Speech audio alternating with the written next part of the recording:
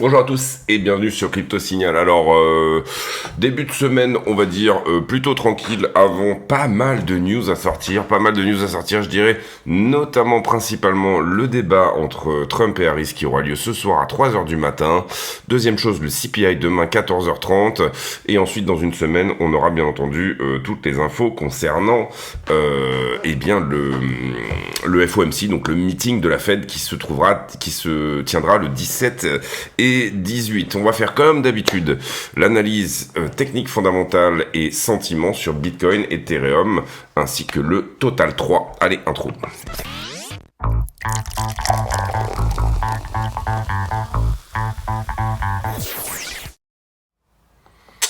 Alors tout d'abord, pour ceux qui voudraient soutenir la chaîne, ça se passe avec notre partenaire Bluefin, avec le code CryptoSignalFR. Si vous n'avez pas de compte sur Bluefin, vous pouvez le faire sans KYC et ça vous permettra bien entendu de trader les futurs, etc. Ce genre de choses. On sait que Bybit a disparu des radars au niveau français. BitGet est plus ou moins sur liste noire de l'AMF.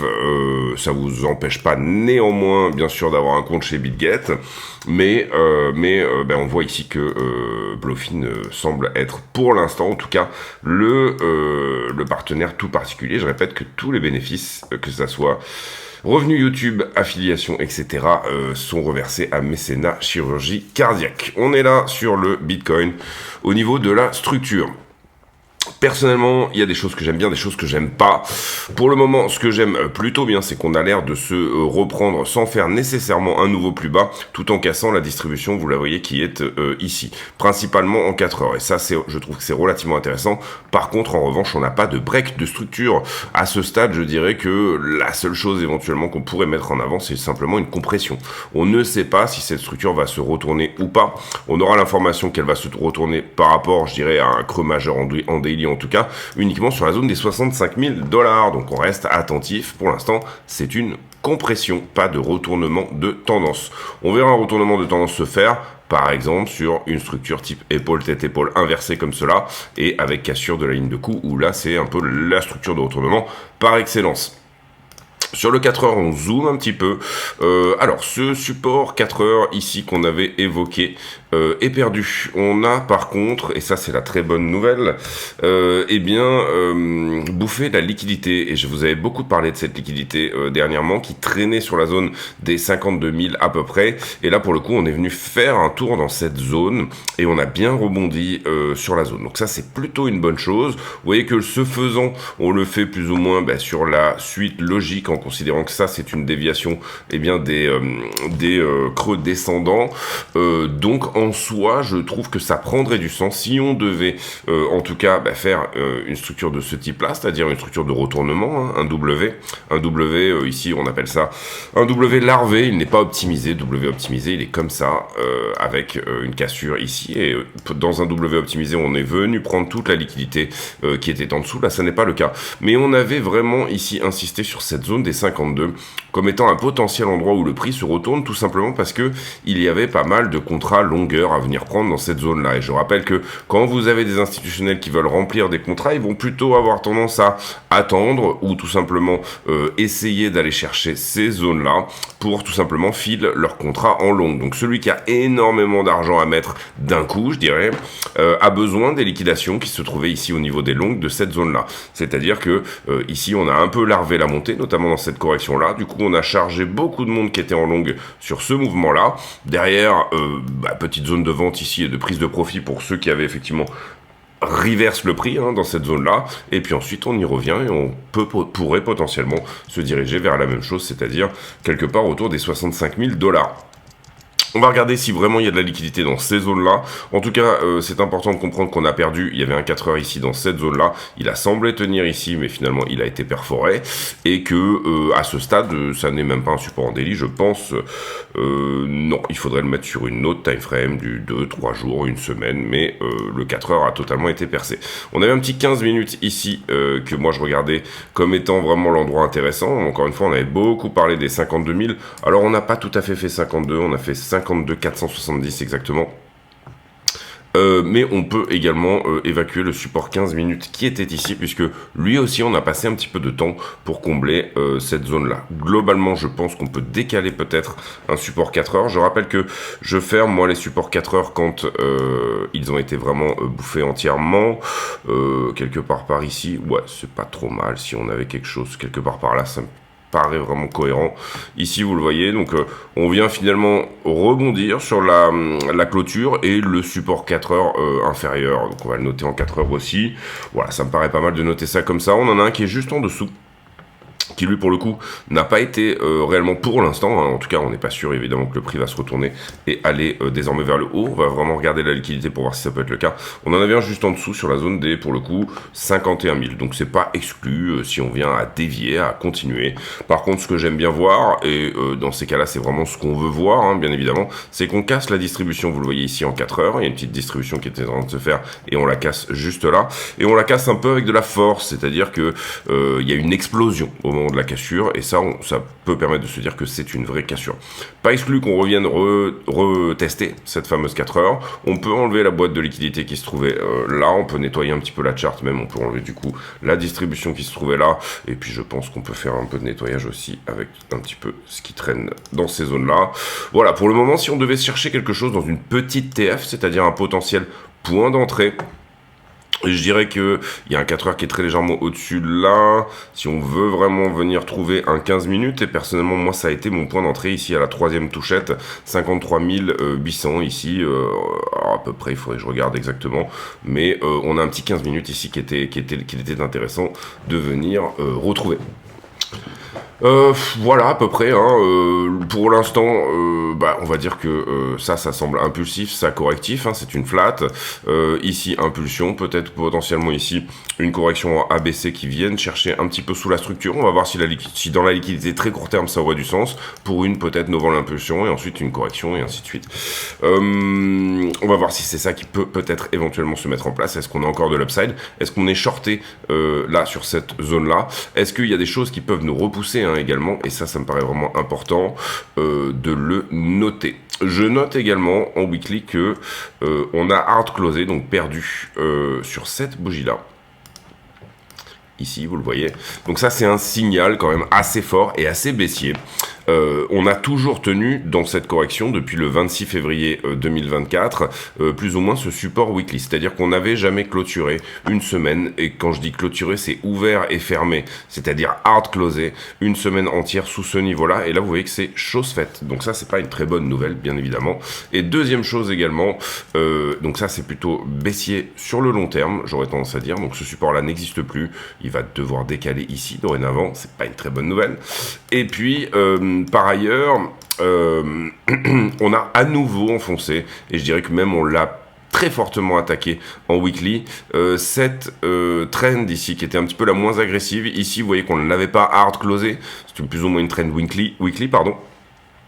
Et là, pour le coup, elle n'est pas hard closée non plus, c'est-à-dire qu'on n'a pas totalement fermé en deçà, mais c'est pas très joli de voir une bougie quasiment entière en dessous. Pour l'instant, on se reprend bien, il y a une réaction, donc c'est bien, et on va voir ici si ça se concrétise sur quelque chose d'un petit peu plus haussier, c'est-à-dire sous-entendu que effectivement, là, vous voyez qu'il reste un petit bout, elle n'est pas totalement hard closée cette trend, qu'on la tienne.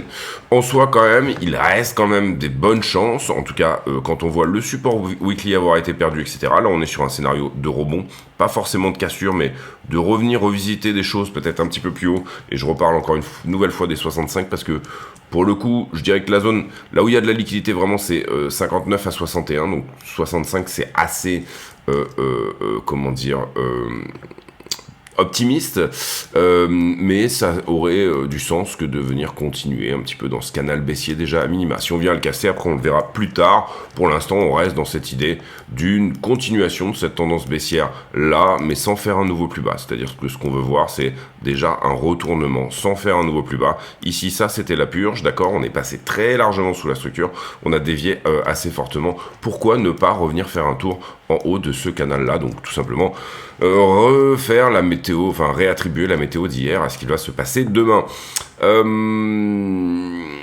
Ethereum, il faut bien comprendre que il est plutôt sur sa traîne rouge, la moins agressive de toutes. Je serais vraiment pas étonné que Bitcoin revienne revisiter à un moment donné aussi sa traîne rouge, c'est-à-dire la moins agressive de toutes. À voir si c'est vraiment ce qui va se mettre dans les tuyaux. Pareil, ça peut dévier dessous, il n'y a pas de souci à aller revoir un petit peu ces zones-là qui se trouvent, donc faire un petit tour dans cette correction-là, là où ça avait déjà pas mal accumulé, notamment au moment des acceptations ETF, hein, finalement. Ici, c'était un petit peu la grosse correction ETF, et puis ensuite on était reparti, donc là, ça a assez fortement acheté l'acceptation ETF, entre guillemets. Ici, certains l'ont vendu et d'autres l'ont acheté, ils ont vraiment retourné le prix sur cette weekly-là. Pourquoi ne pas revenir refaire un tour sous les 42 000? Pourquoi? Pour mettre sous l'eau tous ceux qui avaient accumulé de l'ETF autour des 42 000. L'idée, et on comprend ici qu'on a mis sous l'eau déjà tous ceux qui avaient acheté de l'ETF à leur sortie, hein, on a fait finalement 48 à 42, légèrement en dessous même, 40 000, pourquoi ne pas revenir leur mettre la tête sous l'eau ici autour des 40 000? Je trouve que ça aurait du sens. Pour moi, voilà, ça serait quelque chose qui pourrait avoir du sens. Néanmoins, mon scénario privilégié, ça reste quand même qu'on perd pas la rouge pour l'instant, hein, à long terme, et qu'on fasse plutôt quelque chose comme ceci ou quelque chose comme ceci. C'est-à-dire qu'on casse directement ou qu'on revienne revisiter effectivement la rouge. On va voir pour l'instant avec le sentiment, avec le fondamental, avec toutes ces choses-là, qu'est-ce qui peuvent se mettre tout simplement dans les tuyaux. On passe sur Ether BTC. Ether BTC à 0,41, toujours en bas ici. Il est en train de trouver support, mais il est galère. Hein. Ether qui n'affiche que très peu de force. Et 2333 $, on voit que c'est quand même pas en ce moment la folie pour Ether, mais c'est dans ce genre de moment que se créent aussi les opportunités. C'est-à-dire que si vous avez la volonté d'attraper un plus bas, d'attraper un bottom entre guillemets absolu, on va dire que c'est les caractéristiques que vous allez pouvoir rechercher le moment où tout le monde dénigre un asset et où il fait plus bas sur plus bas en essayant de construire un support plutôt que vraiment ici à la cassure où vous l'aurez récupéré quand il sera plutôt autour des 3000 $. Maintenant, aucune certitude que Ether contre BTC va se retourner. On l'a pas mal expliqué, il va y avoir une rotation au niveau des taux, mais en règle générale, sur ce type de rotation-là, on est quand même plutôt sur des choses qui se passent après, c'est-à-dire que après la rotation sur les taux de la Fed, une trentaine à une soixantaine de jours après, on peut peut-être estimer que les alts se reprennent. Ce qu'on voit ici, c'est un support weekly qui est perdu, hein, également pour Ethereum, qui est retesté à la baisse et qui est reperdu à nouveau. Et finalement, on est en train de jouer ces zones, je dirais qu'on peut voir sur du 4 heures, hein, quasiment, zone que finalement, la zone d'achat, elle est plutôt autour des 2150 sur Ether. Et comme je vous l'expliquais tout à l'heure, on est vraiment ici sur cette trend qui, si elle est perdue à la conjonction d'un support et d'une trend, moi j'aime bien ce genre de config quand il y a un petit peu des deux, mais qui si elle est perdue, nous emmène directement vers un potentiel retest des 1500 $ sur Ethereum. Je suis pas dans ce scénario-là non plus, c'est-à-dire que je pense que Ether va se reprendre, je pense également qu'Ether va surperformer BTC, mais là on voit que il y a quand même un très joli double top ici, il y a une tendance baissière qui s'accélère, donc attention, c'est pas du tout pour ceux qui vont être plutôt ceinture bretelle, entre guillemets, c'est pas du tout des confirmations en attente. J'aurais tendance à dire également que pour ceux qui ne sont pas par exemple exposés à Ethereum et veulent peut-être s'exposer ou ce genre de choses, 2150 était déjà une jolie zone, ensuite vous aurez une autre zone à 1500 et ensuite vous aurez une autre zone à 900 $, d'accord, peut-être très légèrement au-dessus, 1100 $. Il n'y a pas vraiment en soi, il n'y a pas grand chose de compliqué, et pour ceux qui se disent qu'ils peuvent toucher du Ethereum bien moins cher, vous avez 400 et 320 $. Il y a en soi, c'est pas extrêmement complexe. Il y a peut-être cette petite correction encore au milieu autour des 584, mais voilà, tout est dessiné, je pense, sur la charte. Comprendre bien ici qu'on perd un niveau technique quand même assez fort, dans le sens où on efface vraiment quelque chose d'extrêmement fort sur Ethereum, et comprendre que perdre la trend actuellement ne serait pas une bonne nouvelle, puisque bien entendu, on perd ici la tendance, d'accord? Vous avez des tendance haussière sur Ethereum qui pour le moment n'est absolument pas remise en cause. Elle ne sera remise en cause que quand on aura perdu ça, mais quand on perd le momentum de la hausse, c'est-à-dire la trend, c'est quand même déjà pas un très bon signe. Pour le moment, ça se bat bien. Donc voilà, est-ce qu'il est en train de réaccumuler pour mieux repartir Ethereum ou autre? C'est ce qu'on verra bien sûr dans les jours prochains. La dominance des altcoins, c'est un peu la même chose. J'ai pas grand chose à dire dessus parce que c'est toujours la même chose. On est un peu sur support daily.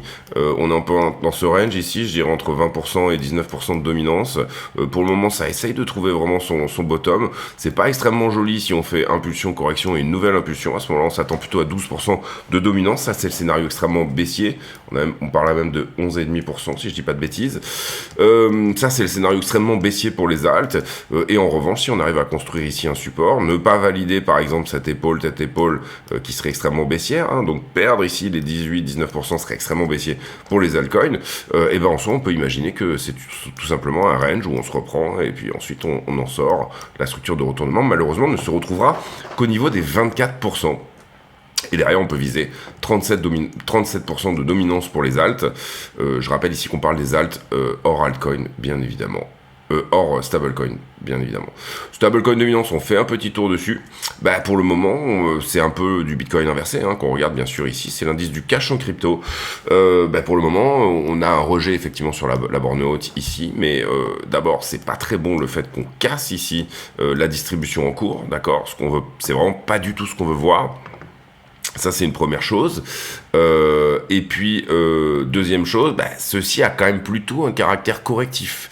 Donc, cette correction à la hausse, qui ressemble un peu à la correction à la baisse sur Bitcoin, ressemble plutôt à un caractère correctif. C'est-à-dire si vraiment on venait à perdre cette correction vers le bas, correction haussière ici, hein, qui correspond à une correction baissière, bien sûr, sur la crypto. Si on venait à la perdre vers le bas, on peut désormais viser 3,4% de dominance pour les alts. Voilà pour le moment, et si on considère que c'est plutôt faible, hein, plutôt les 4,6, pour le moment, moi ce que j'aime pas du tout, c'est là que repose aussi un petit peu l'indécision, c'est que on avait une très belle baisse sur les stablecoins, qui a fait un aspect certes correctif. Est-ce que cet aspect correctif est un retournement de tendance ? Je ne pense pas. C'est-à-dire que, sauf si on shoot up là ici, hein, et qu'on voit quelque chose de vraiment impulsif, à ce moment-là, pourquoi pas. Mais les corrections qui se font sur BTC n'ont pas l'air d'avoir un caractère extrêmement impulsif. Hein. Tout ça a l'air très correctif. Donc on s'attend à une nouvelle jambe de baisse, hein, par exemple une 2 en flat ici, 3, 4 et 5. 2 qui étaient plutôt faibles, on aurait peut-être une 4 forte, pourquoi pas. Mais par contre, on perd le caractère de cette descente qui était plutôt agréable à suivre. Globalement, vous devez voir ceci comme par exemple étant la fameuse droite rouge, la trend la moins importante sur BTC, qui pour le coup, elle n'est pas touchée. Donc on a un BTC qui serait plutôt lui par ici, sur cette trend-là, d'accord. Et c'est effectivement Ethereum et les altcoins qui ont morflé au travers de cette hausse de stablecoin dominance. La bonne nouvelle, je dirais, c'est qu'on a quand même pas mal de stablecoins de côté. C'est l'idée de la dominance, hein. Ils prennent de la dominance, mais ça reste du stablecoin, c'est pas de l'argent qui est réellement sorti totalement de la crypto, il est plutôt en attente d'une entrée.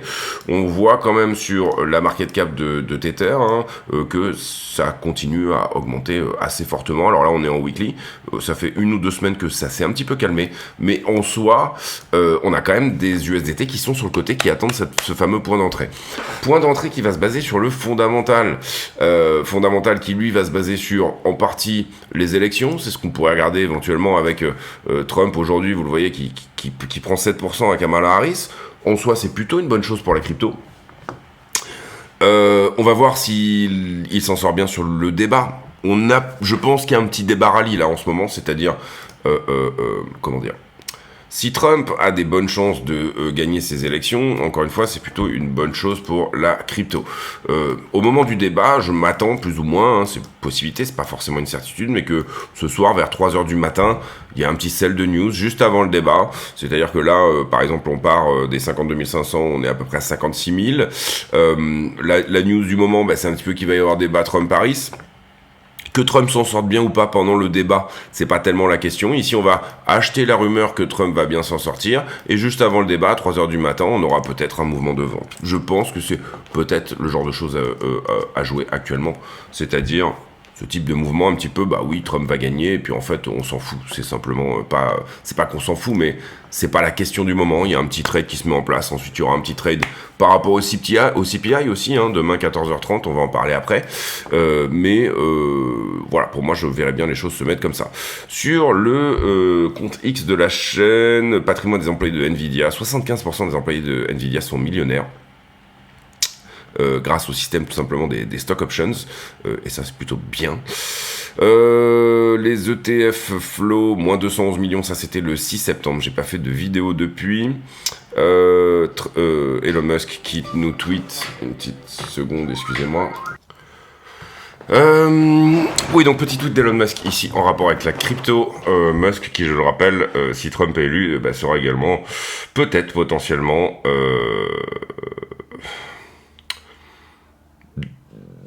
au cabinet du département de l'efficience du gouvernement. Ici, on passe sur les vitraux de Macron. Ah, les longues Bitfinex. Je mets en pause une petite seconde. Donc ici, vous avez la charte des longues sur Bitfinex comparée au prix du Bitcoin qui est en rouge. Alors en soi, il peut arriver sur des corrections, notamment, vous le voyez ici par exemple sur cette descente, que les longues Bitfinex finalement couvrent la descente, enfin sous-entendu jouent l'inverse, hein, d'accord. Et on le voit également sur la correction de bear market qui est ici, et que ça marque finalement quelque part des zones de bottom. On voit ici que les longues se défaussent sur la montée, hein, c'est normal. Ceux qui ont acheté ici Bitfinex, c'est plutôt une plateforme, on va dire pour des gros acteurs quand même en ce moment, plutôt institutionnels, etc. Et là on voit que dans cette correction, ils ont quand même pris effectivement la part inverse. Donc on va pas dire que c'est un indicateur de whales, mais en tout cas c'est un indicateur qui peut être intéressant pour se dire si on est potentiellement dans le bon sens ou pas. Ça n'empêchait pas ici que les longues étaient en train de baisser et que le prix montait quand même. Je parle uniquement de contrepartie en correction. Pas forcément évident sur le début de l'histoire du Bitcoin, peut-être un petit peu ici, juste avant qu'on fasse cette poussée-là. Ici, pas du tout. Hein. Vous voyez que au moment du crash Covid, ça n'a pas vraiment joué. Et surtout, le début du bull run, notamment, je dirais à peu près jusqu'ici, ça n'a pas forcément joué non plus. On a plutôt des longues qui s'étaient pris à peu près par ici ou par là, qui se sont défaussées. Mais en soi, depuis, on va dire, 2019, ça peut être un indicateur intéressant à regarder. J'en avais déjà parlé dans les vidéos affiliées. Hier, pour le coup, des meilleurs afflux sur les ETF avec une 30aine de millions. C'est pas énorme non plus, hein, on s'est beaucoup défaussé. Et ce soir, 3h du matin, heure française, le débat entre Trump et Kamala Harris. Je profite également pour vous redire à nouveau. Tous les bénéfices de la chaîne seront versés à Mécénat Chirurgie Cardiaque si vous vous affiliez ou ce genre de choses, ou que vous regardez la vidéo, que vous vous abonnez, que vous activez la cloche des notifications, que vous mettez un like, et bien en soi vous faites potentiellement une bonne action, quelque chose de bien. On passe sur Wall Street Journal, on passe également sur Journal du Coin, on passe sur The Block, on a fait pas mal le tour du fondamental ici. Je dirais ce qu'on va regarder peut-être potentiellement, c'est le consensus pour le prochain CPI, bien sûr la crypto qui devient un vrai débat, un vrai enjeu concernant cette élection. Ici, qu'est-ce que les investisseurs vont regarder sur le débat de ce soir?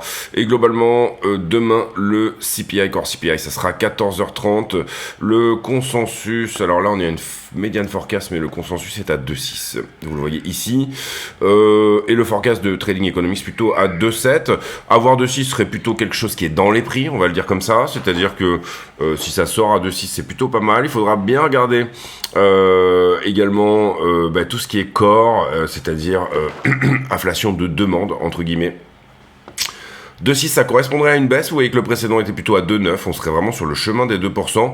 Si Powell arrive à baisser fin septembre, tout en ayant ces fameux 2,6 sur le consensus, quand on avait fait l'étude, on avait vu également que sur l'outil de la fête de Cleveland, c'était à peu près ce qu'il nous disait, 2,56. Ça serait vraiment pas mal, 2,56. Avec une grosse correction sur les matières premières quand même, puisque le core CPI est à 3,21. Donc ça nous donnerait à peu près 0,6 de diminution sur les matières premières, pétrole, etc. Le pétrole a pas mal baissé ces derniers mois, donc ça serait plutôt un joli consensus. On passe désormais sur le fondamental et on va sur bien sûr tout ce qui est liquidation.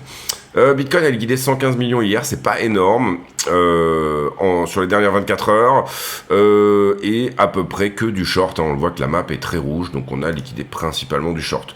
En soi, on a quelques ordres qui sont faxés sur la montée ici, c'est plutôt une bonne nouvelle, je dirais, entre 55 000 et 56 500, 55 200 et 56 500, ça c'est plutôt une bonne nouvelle, et puis beaucoup d'ordres d'achat sous les 51 000. Est-ce qu'on va aller les revisiter ou pas? Parfois on le fait. C'est-à-dire que, un peu comme je vous expliquais sur la contrepartie hein, tout à l'heure, bah, y a un mauvais événement qui nous permet d'aller visiter ces ordres, hein, autour des 50 000. Parfois, on ne le fait pas. Là, en tout cas, ça commence à se charger en ordre pour tenir les 50 000. Plutôt une bonne nouvelle. En tout cas, pour ceux qui sont investis spot, on va dire ça comme ça.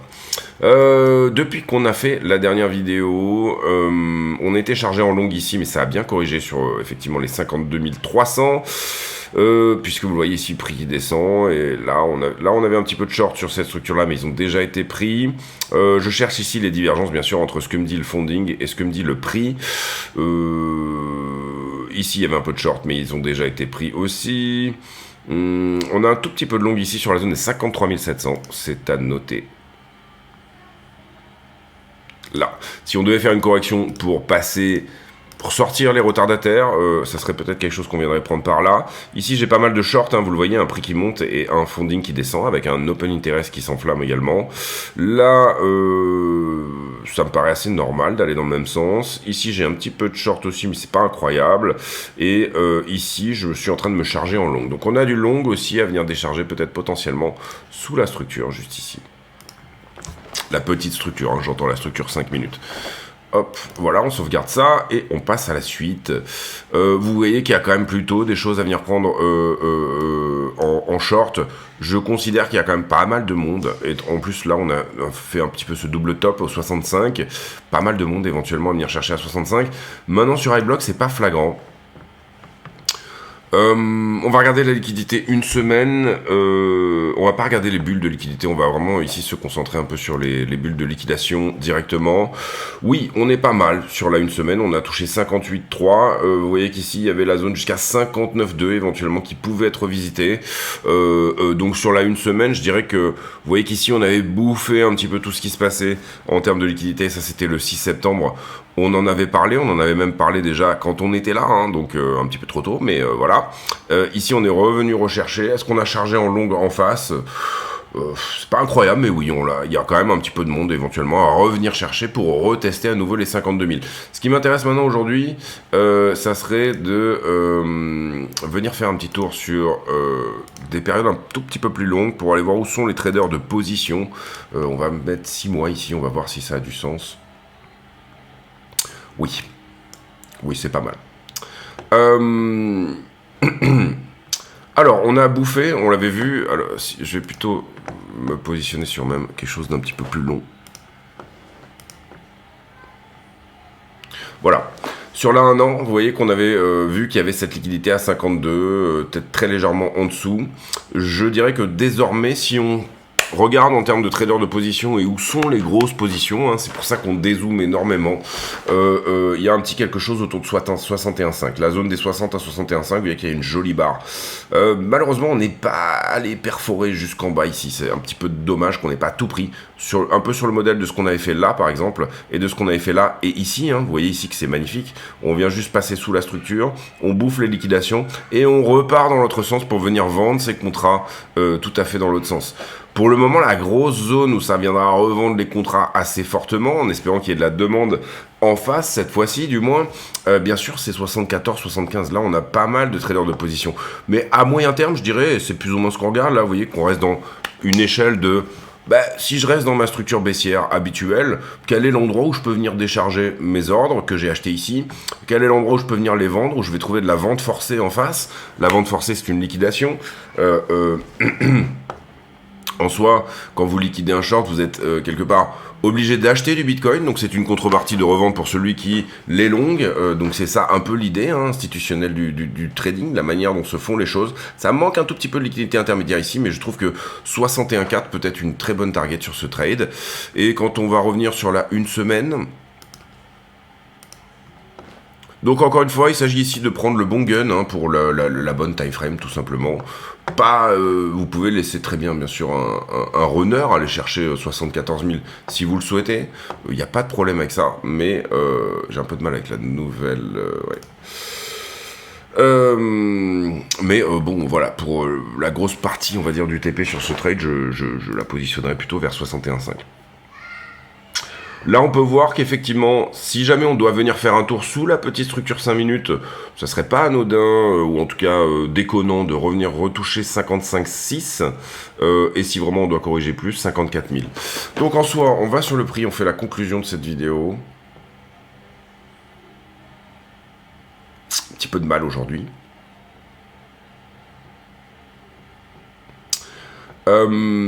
Conclusion de cette vidéo sur de la plus petite time frame, on est là actuellement autour des 57 000 $. En soi, je serais pas étonné. On va y arriver. Je serais pas étonné en soi que le prix nous donne peut-être quelque chose comme ceci, à savoir court terme passer sous la structure, comme ça. On a parlé de 54 au maximum. Donc là, on a ce petit support ici qui pourrait être visité. Je trouve que 53,8 est plus pertinent, à nouveau. Mais je le vois pas faire ça nécessairement, c'est-à-dire revenir direct là, sauf s'il y a un gros sell de news sur le débat, ce soir à 3h du matin, ou qu'il y a quelque chose qui se passe là actuellement. Je le vois plutôt juste venir faire un petit tour ici sous la structure, je dirais 56-57, et juste avant, on a parlé de... J'ai déjà oublié... 55-636, quelque part par là. Donc là, on va se mettre une petite box de liquidité à 55-636. C'est pas une grosse box, hein. En soi, c'est vraiment juste d'une semaine. C'est là où il y a un petit peu de pognon, d'accord. Mais on la regardera et je pense que on la gardera pas en soi, hein, énormément sur la chart. Là où j'en avais posé une à 52 qui était beaucoup plus conséquente, celle-ci, elle est quand même vraiment sur de la petite time frame. Et par ailleurs, ce qu'on a dit, c'est qu'il y avait quand même, sur la une semaine, quelque chose à venir voir autour des 61, 62... 59 à 61, pardon. Et potentiellement 64, si je ne me trompe pas, hein, c'est ça qu'on avait vu sur la 1 heure. Donc voilà un peu mon idée. Si on doit se balader de poche de liquidité en poche de liquidité, on va dire que sur le moyen terme, j'aurais peut-être plutôt tendance... Décidément, j'ai vraiment du mal aujourd'hui. Hein.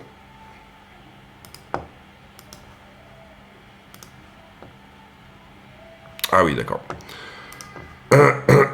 Si on devait se balader de boîte de liquidité en boîte de liquidité, bah, moyen terme... Petit retracement à 54 et on remonte à 61-62.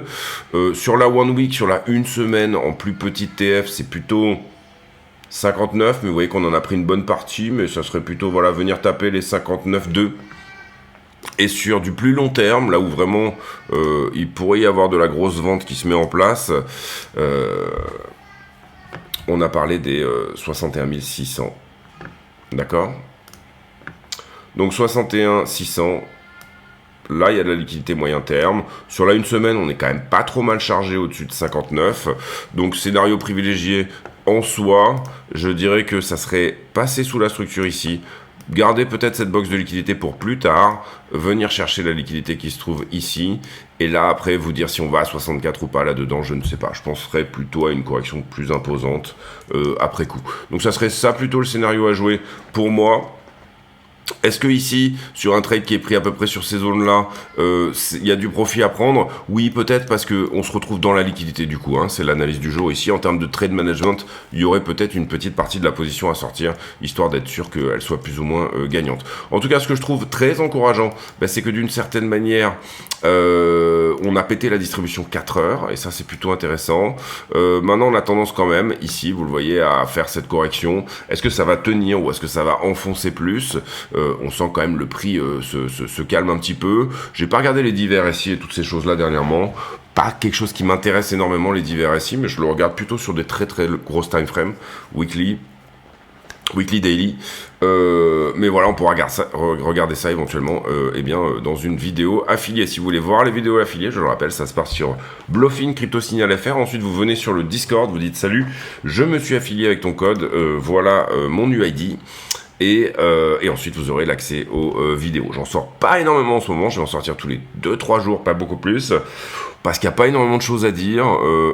J'ai pas envie de faire l'article d'Altcoin, alors que on est sur des points où ça pourrait quand même être des endroits un petit peu sensibles, ou en tout cas quand je le fais, voilà, j'ai tendance à montrer des points d'achat entre, on va dire maintenant et des zones qui pourraient être vraiment des bottoms ultimes, voilà, qui sont assez conservateurs. On se retrouve demain pour une nouvelle vidéo. D'ici là, portez-vous bien. J'ai pour habitude, en fin de vidéo, de poser une question à la con, c'est-à-dire une question qui n'a rien à voir avec le prix du Bitcoin, mais qui nous permet de converser de choses et d'autres. Et tiens, en ce moment, je suis pas mal dans tout ce qui est domotique. Je suis en train d'automatiser pas mal de trucs à la maison. C'est plutôt agréable à l'usage, je dirais. Il y a quand même des progrès à faire sur certaines petites choses en termes d'ergonomie, etc. Mais je trouve que ça devient accessible en prix et que ça devient quand même assez intéressant à faire, hein, notamment voilà, pour pas mal de trucs, tout ce qui est clim, volet, etc. Toutes ces choses-là. Et que quand on se prend à l'usage, voilà, tout ce qui est sonnette, etc., bah, le fait d'avoir finalement un maillage un petit peu de toutes ces choses-là devient relativement intéressant. Donc est-ce que vous êtes un petit peu en ce moment sur est-ce que vous faites de la domotique chez vous ou alors pas du tout. Éclairage aussi, ça devient vraiment quasi intéressant et plutôt abordable d'avoir des choses intéressantes. Donc voilà, question à la con, hein, c'est fait pour ça, c'est une question à la con. On espère qu'on va sortir de cette correction un jour quand même, et puis que ça reste correctif, c'est-à-dire qu'on n'est pas effectivement ce genre de structure un peu double bottomesque qui se met en double topesque, pardon, hein, là-dessus, qui se mettent en place et qu'on vienne revisiter beaucoup plus bas. En soi, ça sera pas un drama non plus, mais pas le scénario privilégié, encore une fois. Je trouve que tout ça a l'air très correctif, même si on pulse plutôt vers le bas. Hein, on a quand même des choses qui sont assez sharp vers le bas. Finalement, tout cela, pour moi, ressemble quand même plutôt à une correction. Aucune certitude de ce côté-là. C'est ce qu'on verra dans les semaines et les jours qui arrivent. Le contexte fondamental n'est pas mauvais, il n'est pas bon pour autant. C'est-à-dire qu'on va avoir quelque chose qui est un petit peu mi-figue, mi-raisin, au sens où on a peur d'une récession, mais en même temps, on est dans un contexte où on va pivoter, en tout cas, il me semble, pas dans de trop mauvaises conditions. Il faudra surveiller les chiffres du chômage, mais ils n'étaient pas mauvais la semaine dernière.